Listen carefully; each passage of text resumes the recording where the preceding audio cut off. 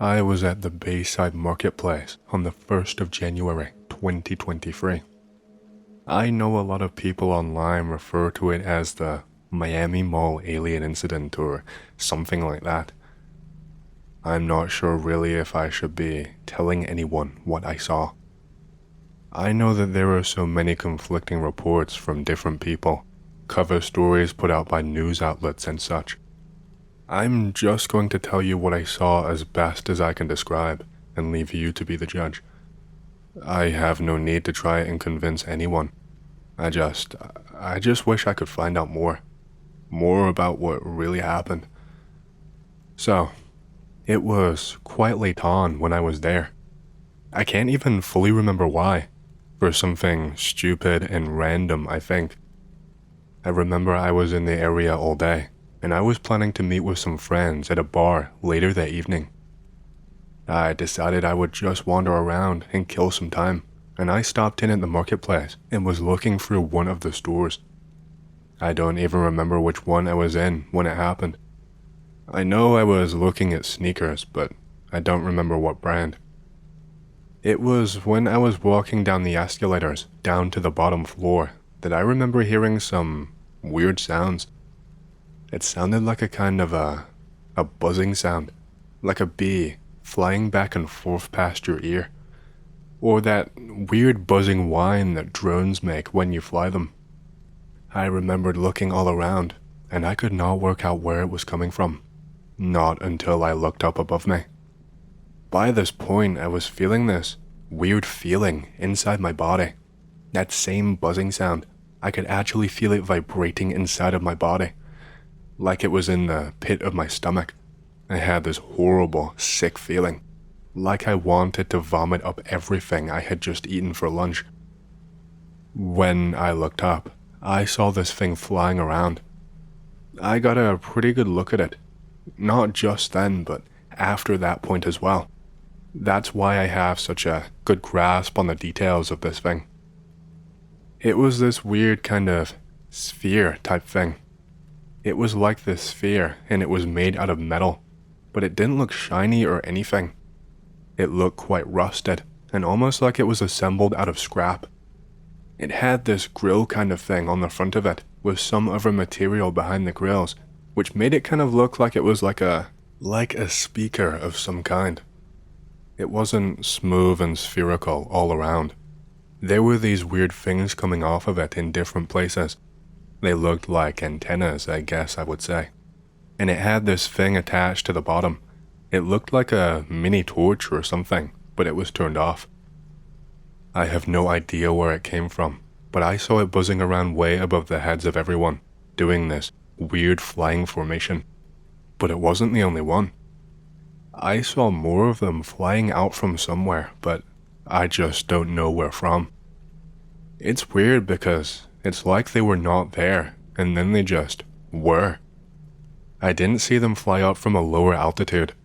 I saw this weird glimmer in the air, and I know it's going to sound strange, but I saw a glimmer just randomly in the air, not coming from anywhere in particular, like a glimmer of light, and then a sharp flash that was focused just on that spot.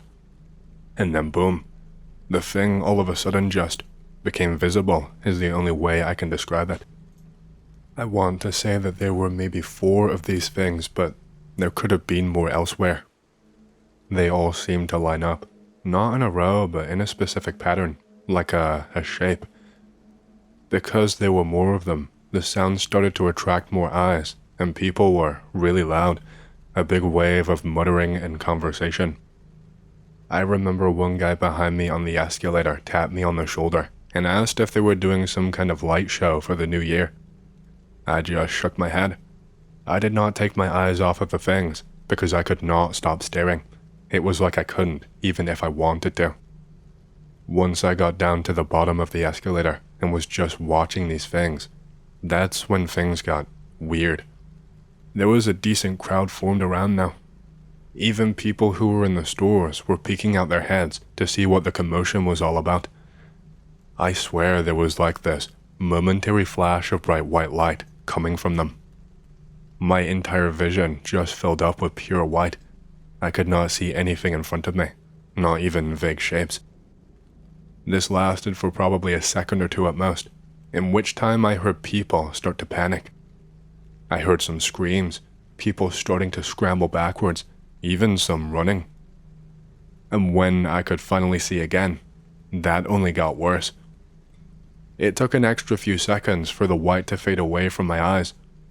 There was some kind of consistent flickering light coming from those spheres.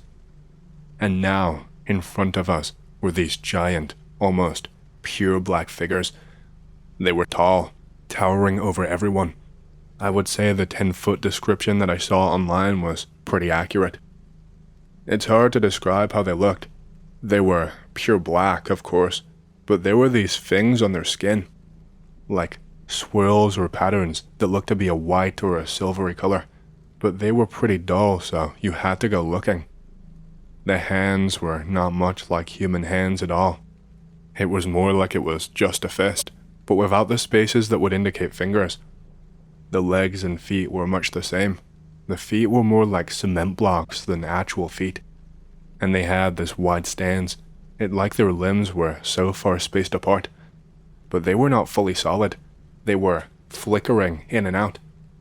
People were screaming and shouting at first and starting to run, and after a while of these things just moving slightly and not interacting with anything, people started to realize that they weren't really there. It really was just like some kind of an elaborate light show. It's weird because you would think something like this would be heavily advertised, especially in such a high foot traffic area with businesses all around. It seemed like an easy way to get complaints from pissed off parents about their scared children to me. So for the next few minutes, people are just in awe, pointing upwards, laughing, and making jokes. I'd never seen such a sophisticated projection like this. These things looked like they were actually standing on the ground. They didn't really do all that much for those few minutes. They turned their heads and were looking all around, sometimes moved their hands and put them on the sides of the buildings. It looked like a very expensive project, like nothing I had ever seen before with the technology that we had. And it wasn't long before people started becoming braver and more stupid. This guy, I'm not sure how old he was, started to get closer and closer to this thing. I think he was maybe in his 20s. He did not look all that old. He was saying that he was going to touch them and see what kind of projection it was. No one said anything or tried to stop him because, why would they? It was a projection, and the projectors were way, way up in the sky. How much damage could he possibly do? Once he got closer and closer to the alien thing, I started to feel another horrible feeling. I'm not sure how to describe it. I felt off balance. I felt like it was taking up all of my energy just to stand upright, and like the whole world's gravity all of a sudden just shifted. I noticed a few people around me stumbling too. Someone's kid fell over backwards, I think I remember. This feeling became stronger and stronger as this man got closer. This all happened so quickly, but for me, it felt like time slowed down, and I was processing things so quickly. It felt like the man was moving in slow motion, like everything I was saying was in slow motion, but I know it was just a few seconds. This alien thing, where it was standing, I started to hear this thunderous crack, but again, really slowly, even though I know it happened all at once. I saw the ground starting to splinter, and this alien starting to sink into the ground. All of them did that at the same time. It was like they had become physically there all of a sudden, instead of just a projection. And then this alien, it reached down and it grabbed the man. At first he did not react. The hands of this thing was clasped around him, and he was laughing, seeing how cool the projection was. Everyone around gasped in shock when this alien grabbed him like that. But within a few seconds, his laughter stopped. I heard his laughter turn into grunting, and I saw him struggling to breathe, until suddenly, he was flopping and struggling to try and get out of its grasp.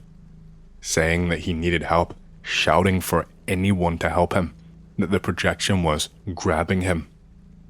I thought maybe he was part of the act. I think other people thought the same thing too.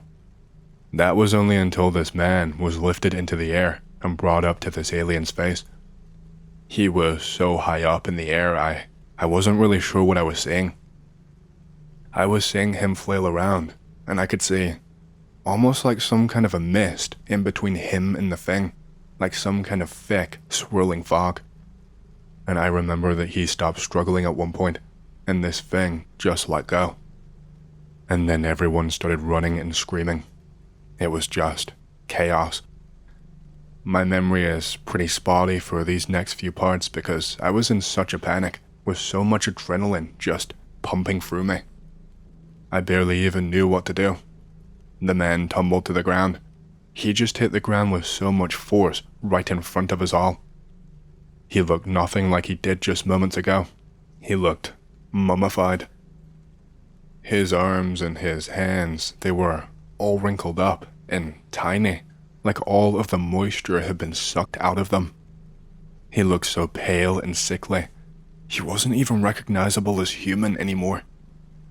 It was at this point I heard more cracks as I was running away, and once the cracking had finished, I heard the buzzing starting back up again. I only saw bits and pieces because I was scared for my life. I remember I followed someone who looked like a member of staff, like a janitor or a security guard or something. I saw them running away and they had something in their hands, and I stayed close behind them.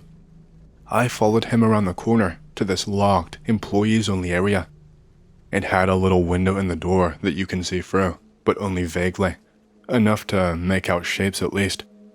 It's that kind of glass that you have in bathrooms that's frosted, but it wasn't as strong on this window.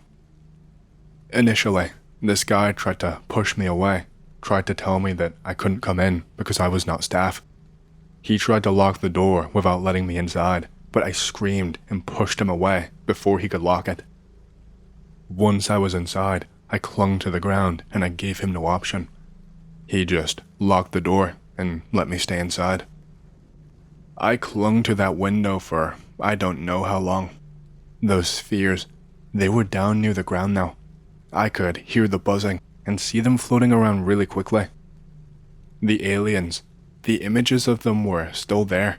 They were still moving, but the spheres were not projecting them anymore, so I don't understand how.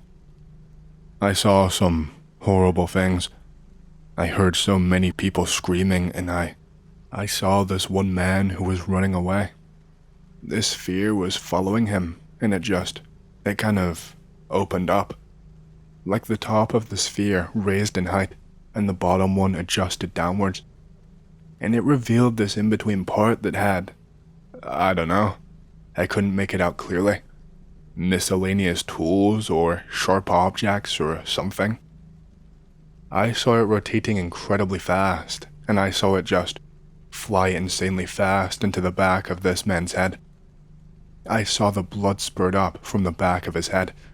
I saw the bits and pieces of his head just fall to the ground. It was horrible. I did not see much of those alien figures after that.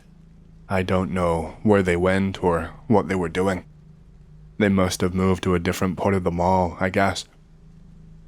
Those spheres seemed like they were everywhere. It seemed like there were way more than just the 4 that we saw initially. I wish that was all that I saw. I saw a woman and her son running away and they died. She was carrying him on her shoulders, running as fast as she possibly could in such a panic, but she tripped over. She tried to protect her kid as she hit the ground, and the kid was just crying and screaming and begging to go home. I saw the sphere flying near them, and all of a sudden, the sound all just stopped. The kid was not crying anymore. I could not hear the mom anymore either. I didn't actually properly see what happened. I just saw a pile in front of me on the floor of the mall. It was like a pile of dust, but really thick, and there seemed to be a small bit of smoke rising up from it. I could smell it after a while too. It smelled like an electrical fire. We barricaded inside of that room for quite a while. I stopped looking outside at one point because I just couldn't bear it anymore. I sat with my back pressed up against the door. The guy I was in there with, I think he was trying to call someone. He kept getting really angry, punching at the walls, kicking his feet out. It was clear that whatever he was trying to do, it was not working. We kept hearing cries and screams intermittently. At one point, some people were banging on the door to let them in, the door that we were inside. I didn't even lift up my head. I slunk down even further so that they could not see me. I just watched as the guy in there with me told them no, to find their own spot. And I heard them scream and then just silence. I felt horrible, but more than anything I just wanted to go home. If we opened up that door, maybe we would have all ended up dead. I remember at one point I think I heard sirens. Just police, I think. I heard a lot of them. More than I'd ever heard for anything else. I heard their heavy boots slamming down. I heard them grabbing people, shouting orders at people. I could not help myself, and I took a look through the door window, and one of them spotted me. They told us to open up the door, otherwise they would breach it and be required to use force. The guy in there with me obliged with the key, and we both ended up face down on the ground and in cuffs. They told us that we were being arrested for questioning. These fuckers did not even read me my rights. They just hauled me off in something that clearly was not a police car. I got put in the back of a white van, all on my own. I was in cuffs and they put a blindfold on me. When I could next see again, all I could smell was bleach, and I was in some shitty, tiny room that barely had a desk and some terrible metal chairs. There were two guys in front of me, asking me all kinds of questions. But the questions that they were asking me, they didn't make sense. They were asking me if I was involved in the shooting, and I was like, what the fuck are you talking about?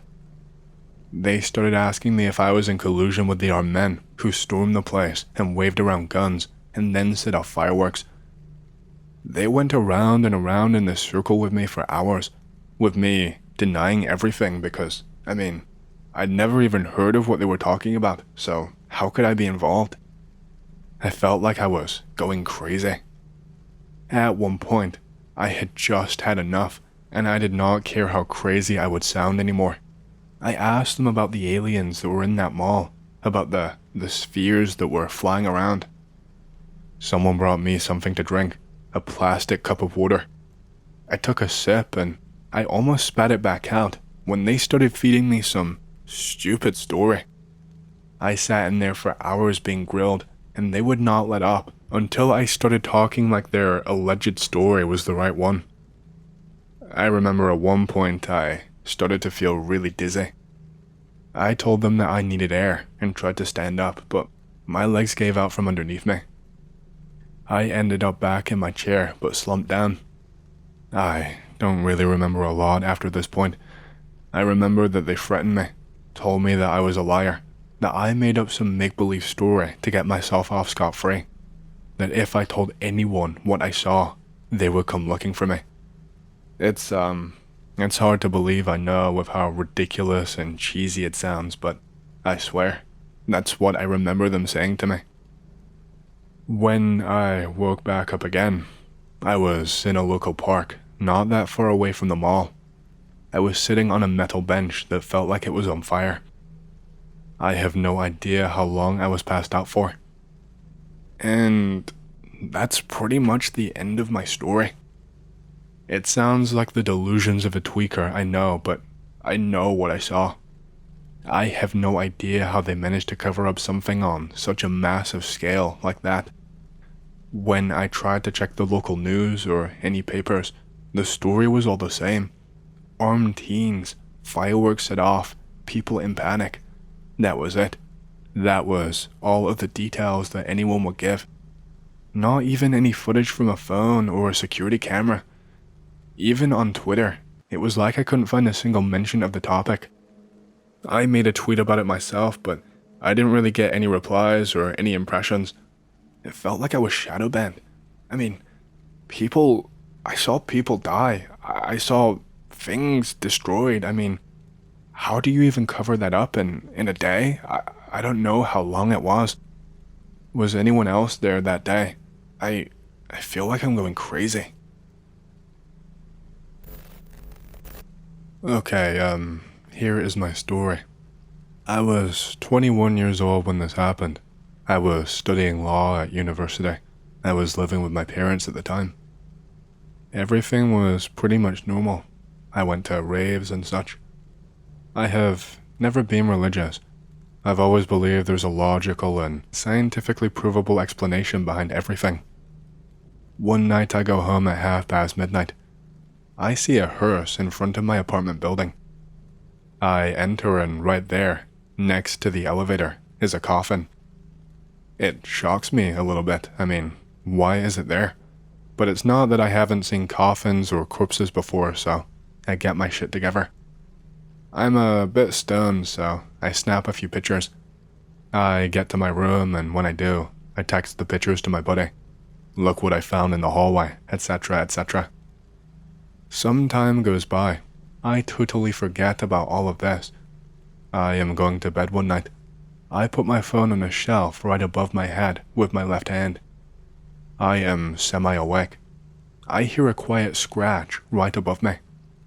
I think maybe I got a text back or something, and my phone just vibrated, but I am half asleep, so I can't be too sure. I reach with my left hand exactly where I left my phone. Except that my phone isn't there. It isn't anywhere near to that spot. What the hell? I get up and turn the lights on.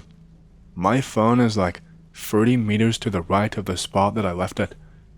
You could actually see the trail in the really thin layer of dust that had settled on the shelf. A really blurry mark which manages to get my heartbeat from 0 to 100 in a matter of seconds. I take my phone. No missed calls or texts. I check every damn app on that phone and there is just nothing. I can't think of anything that would move it in such a way without causing any noise or tremors at all. I stay up all night. I think that's the night when I actually got addicted to nicotine. Over the next few days, I am somewhat cautious. I decided it must have been something caused by, lack of sleep or, something. Stupid as hell, I know, but only that seemed logical, and I guess I just needed something to believe. I wasn't even really that tired, but whatever. A week later, I'm on a raid. It takes longer than intended because of noobs. I'm hearing some noises through my headphones. I tell my buddy what's happening. He does not believe me, but he doesn't exactly call me nuts either. Suddenly I start hating being alone at home, something that's completely not typical for me at all. I have that feeling of some kind of eerie presence all around me. I call it bullshit. I think surely 21st century science can deliver a reasonable explanation for me. So I start researching and reading ridiculous amounts of things on the internet, from air current dynamics to metal properties. I figure out I must have moved the phone in my half-conscious state, like a sleepwalker, and it was just the wind that opened up the door. I think, yeah, I can live with that explanation. I get up one morning. I am home alone. I have a cute girl coming over in an hour or so. I have my morning coffee, and I decide it's time for my pre-arrival routine. My bathroom has no windows, so it's just a lamp with the switch in the hallway. I blast some music so I can feel good. I start showering, and a couple of minutes must have gone by. I just got the shampoo on my head and ready to wash up my junk, when all of a sudden, I completely lose sight. I blink and wave my arms like some kind of a moron. At this moment, I realize the music is still blasting on from next door. What the hell? With each passing moment, the situation just sinks deeper, and I get more frightened than ever before. I shake it off. I just leap out of the bathroom, all wet and soapy. I slip on the tiles in the hallway, trying to grab onto something as I'm falling. I fall big time. Suddenly everything goes black. I wake up after a while. There is a tremendous pain on the back of my head. I look at the wall. I can clearly see the wet mark left by my head. What's even weirder is that I can actually distinguish a face in the mark. I still don't know if it was there at all. I know that the human brain can make you see what you want to see and so on. But at that moment, I just gazed at the little drops of water and shampoo, forming something like that Nirvana smiley face cover, just melted down from radiation. The shower is still running, the music is still on. I'm just looking at that wall, naked in the hallway. My head is seriously hurt too. I've got some blood coming from it. I go to my PC, and by the songs that have passed, I calculate that I was passed out cold for something like 10 minutes. For the first time in my life, I really feel like I do not have any idea what is going on. The phone starts ringing. It's the girl. I get dressed and go and get her. She sees my head and asks me what the hell happened. I explain to her that I slipped while going to pick up the phone, but nothing more. We chat for a while. I can see that she knows something is wrong. She continues to ask. I lose it and just start freaking out. I tell her everything. Tell her how I'm scared of staying at home. It was just fear at first, but now I got hurt. She actually acts understanding. Turns out she was into such kind of stuff. She tells me she has a friend with whom I should talk. I arrange a meeting after a while. She comes over with said friend. She is obviously nuts. Starts talking about some crystals and blah blah, but hey, I'm not that sane either right now. I tell her everything. She makes me do some weird stuff. Claims I'm cleansed or whatever. A couple of weeks roll by, rather uneventfully. It seems that it worked. One day, I am at university, looking for something on my phone. I see the pictures, and decide it's time they go for good. I finish and head home. My parents are at work, so I guess I can just chill. I put my key in the keyhole, but it just does not enter all the way. I push it again. Still nothing. I decide either my mom or my dad finished work earlier, got home, and left their key in the keyhole from the inside. I ring the bell twice. Nothing happens. I decide they just can't hear me. This happened rather often. It was a pretty big apartment. I get out my phone and start dialing my mother. What's up? Are you home? Open up the door. Nope, I'm still at work. I dial my father. Hey, Dad, are you home? Nah, I'm actually working late tonight. The key is still in the keyhole. Not only can I not unlock the door, but it's like my key is being pushed out from the inside. My dad is like, hey, Anon, what's up? Are you okay? I'm pretty far from okay. I get the biggest brain freeze I've ever experienced in my entire life. My dad is still on the line, but I am not listening to him. I am staring at the door, as if I can see through it. My dad starts yelling at me, and I get brain activity once again. I realize I do not even want to enter the house anymore. My heart is beating so hard. I thought it was gonna burst out of my chest and make a masterpiece on that white door. The key is half inside the lock. I just let it go, my keychain slowly swinging beneath. I take a step back, trying to breathe. I'm really sweaty by this point. I start cooling down after a while. The keychain has stopped swinging by now. As I'm thinking of reaching and getting my keychain, the one inside it just casually backs out and falls on the ground. There is not a single piece left of my common sense. I just take them, get in the elevator, and stay outside for the next 6 hours. I talk with my parents and go to my aunt's. I changed my phone the following day. I moved out a week later, never ever returning to that haunted ass apartment. Obviously, my parents think I've either gone batshit insane, since they haven't noticed anything like that ever, or that I've been doing drugs, which is not the case. I have never done anything like that, so there's no way for me to go through this stuff because of that. I don't know what really happened there, and as of now, I don't think I ever want to find out. This one isn't super spooky, but it's kind of neat, so here we go. My great-grandpa dies 2 weeks before I am born. He'd been trying to hold out long enough to see me, but he just could not hold on much longer.